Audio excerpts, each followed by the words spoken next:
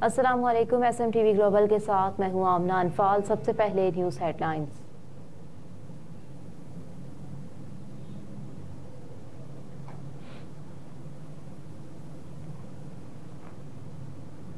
PTI ने Peshawar high court का फैसला सुप्रीम कोर्ट में चैलेंज कर दिया। PTI ने दरखास्त में पेशावर हाई कोर्ट का फैसला कलअदम करार देने की इस्तदा की है। अपील को कल समाअत के लिए मुकर्रर करने की भी इस्तदा की गई।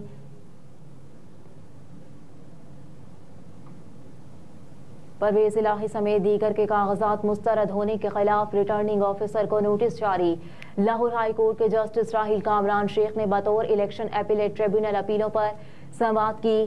ट्रिब्यूनल ने चौधरी परवेज इलाही, मोनिस इलाही, रेहाना डार और रूबा उमर समेत दीगर के कागजात नामजदगी मुस्तरद होने के खिलाफ रिटर्निंग ऑफिसर को नोटिस जारी करते हुए रिकॉर्ड पेश करने का हुक्म दे दिया।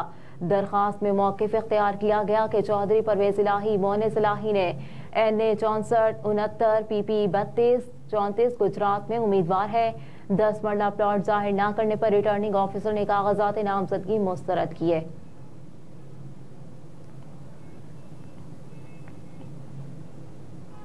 नैब ने सजा याफ्ता के लिए 10 सालाना अहली की मुद्दत बहाल कर दी। इस्लामाबाद हाई कोर्ट के सिंगल बेंच का फैसला डिवीजन बेंच ने मुअत्तल कर दिया। कौमी एहतसाब ब्यूरो ने सजा याफ्ता अफराद के इलेक्शन लड़ने के मामले पर इस्लामाबाद हाई कोर्ट से रुजू किया था। नैब ने अदालत से सिंगल बेंच का फैसला मुअत्तल करने की इस्तदा की थी और कहा कि इलेक्शन लड़ने के लिए नैब सजा याफ्ता की 10 साल नाअहली की मुद्दत बहाल की जाए। नैब का मौक़िफ़ था कि सजा याफ्ता अफराद इलेक्शन लड़ने के लिए हाई कोर्ट के सिंगल बेंच के फैसले का हवाला दे रहे हैं।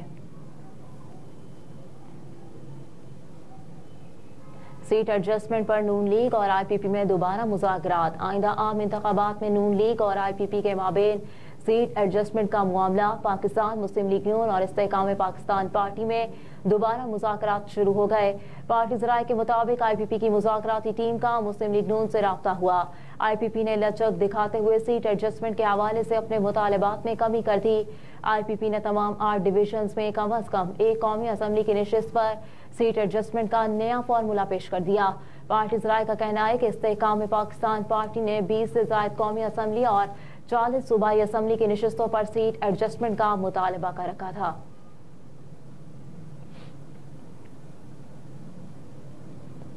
वज़ीर आला पंजाब मोहसिन नकवी का दुखी इंसानियत की खिदमत के लिए एक और बड़ा इक़दाम।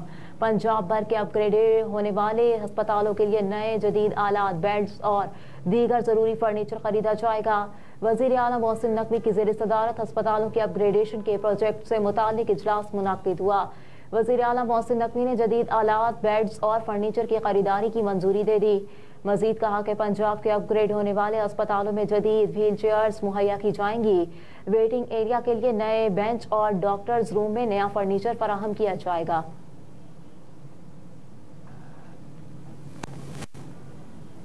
इस्लामाबाद में भर्ती से मुताल्लिक केस की सुप्रीम कोर्ट में समाअत। कह दें कि साबिका हुकूमत आइन से बालातर थी, ऐसी पॉलिसी को उठाकर बाहर फेंक देना चाहिए। चीफ जस्टिस के रिमार्क्स। चीफ जस्टिस पाकिस्तान काजी फायज ईसा की सरबराही में 3 रुकनी बेंच ने समाअत की। सुप्रीम कोर्ट ने सरकारी मुलाजमीन के बच्चों को तरजीही बुनियादों पर भर्ती करने पर सवालात उठा दिए। अदालत ने अटॉर्नी जनरल को नोटिस जारी कर दिया।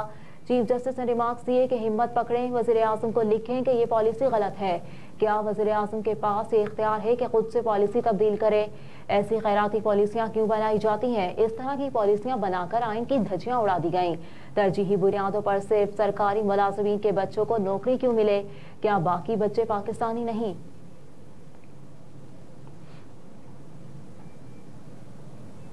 FBR का 5 बड़े शहरों में रिटेलर्स पर टैक्स लगाने का फैसला। ज़राए के मुताबिक FBR की जानिब से इस्लामाबाद, कराची, लाहौर, पेशावर और कोयटा में रिटेलर्स पर टैक्स लगाने का फैसला किया गया है। इन 4 शहरों में रिटेलर्स पर टैक्स लगाने से 100 अरब रुपए का रेवेन्यू मुतवक्के है।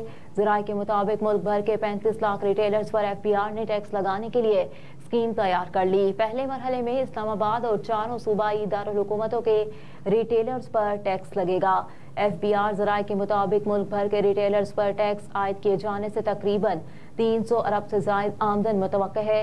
दुकान के साइज और सालाना आमदन पर टैक्स आयद किया जाएगा, जो माहाना की बुनियाद पर इकट्ठा किया जाएगा। जराये के मुताबिक इसकी मुकम्मल तौर पर तैयार है। हुकूमत की जानिब से ग्रीन सिग्नल मिलने पर इसे लॉन्च कर दिया जाएगा।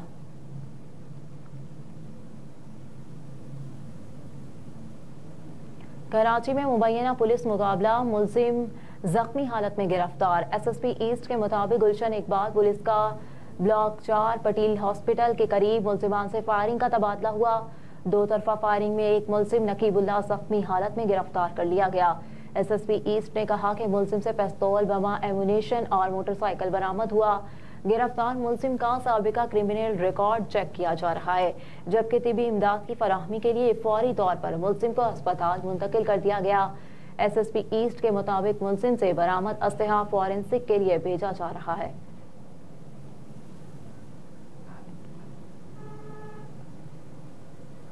लेबनान में एक और इस्राएली हमले में हिजबुल्लाह के सीनियर रहनुमा साथियों समेत शहीद हो गए।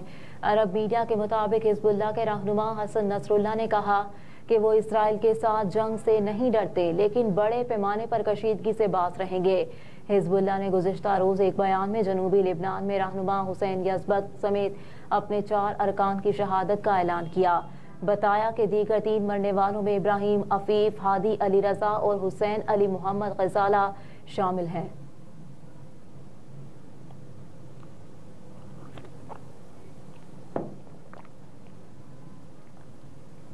सिडनी टेस्ट का दूसरा रोज बारिश की नजर, महज 46 ओवर्स का खेल हो सका।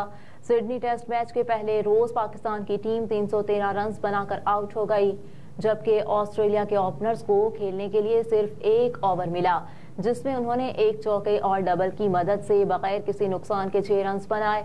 आखिरी टेस्ट मैच के दूसरे दिन पाकिस्तान ने पहली कामयाबी ऑस्ट्रेलियाई ओपनर डेविड वार्नर की विकेट की सूरत में हासिल की, जो 34 रन बनाकर सलमान अली आगा का शिकार बने, जबकि उस्मान ख्वाजा को आमिर जमाल ने 47 रन पर आउट किया। हेडलाइंस आप जान चुके। न्यूज स्टूडियो से फिल वक्त इतना ही। आप देखते रहिए SMTV ग्लोबल।